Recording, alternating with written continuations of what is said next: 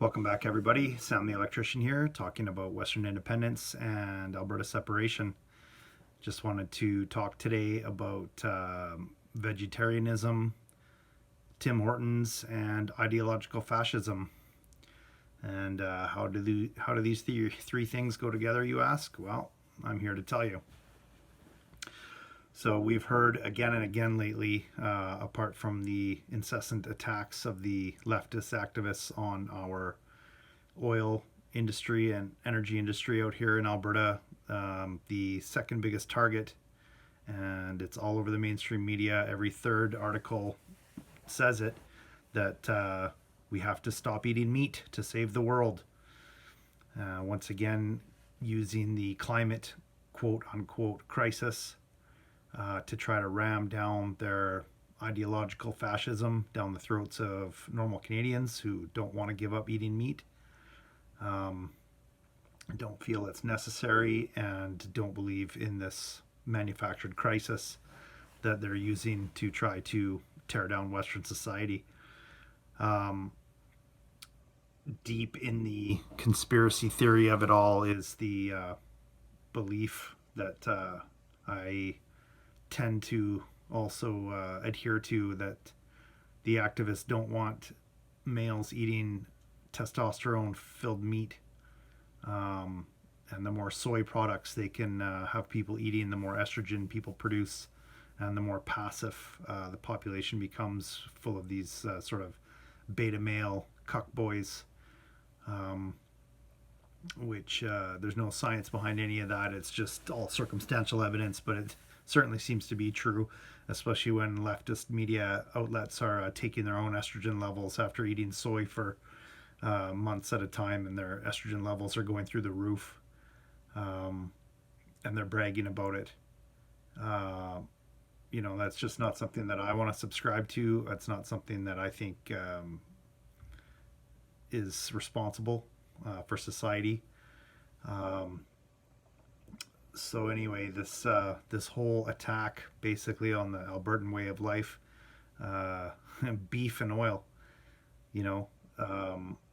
so this nonsense that's talked about ad nauseum in the mainstream media and on Twitter and in the leftist activist circles on the chattering classes and as I say, the mainstream media, it's everywhere.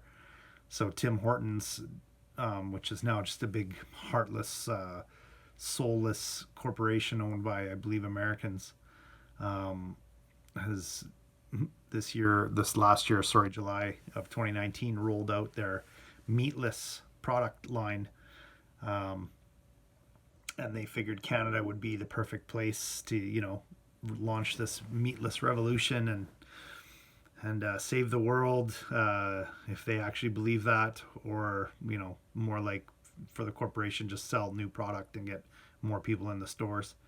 And it failed dismally. By September, they had pulled these meatless products from every province except Ontario and BC, the two hotbeds supposedly of the liberal mindset. The people who most agree with Trudeau and the beta male soy boys. And lo and behold, this month they're pulling it from those stores as well. So they're not selling this meatless product anymore because there just wasn't a market in Canada for it, which is hilarious. It just goes to show people that just because the leftist activists who have grabbed hold of the media and are winning the culture war that way, and Twitter, that doesn't reflect reality throughout the country. And it's sort of a reflection on the whole separation movement as well, and the independence movement. Just because the mainstream media isn't paying it any attention doesn't mean it's not there. Just like this vegetarianism and ideological fascism that they're trying to ram down our throats. It's so bad that the corporation couldn't sell enough of it to even bother keeping it. They don't even have it on the menu. You can't even order it if you want to, because they're not selling enough of it to bother. Which just shows that most Canadians are still normal, and they just want to have a sausage breakfast sandwich, and they don't want to have to turn it into some big political thing about saving the world and doing what Greta wants you to do and all this. So minor victory on that front for us populists and more liberty leaning people. I mean, again, I don't care if somebody can eat whatever they want. But when it comes to the activists and the leftists trying to ram that down everyone else's throat, and then acting in the media like this is what everybody wants and this is for the good of the planet and blah blah blah, no, it's not. Just, you eat whatever you want, you let me eat what I want. That's called freedom and liberty. So yeah, kind of a funny story today. I just wanted to share that with you. Thanks for joining me again. Take it easy.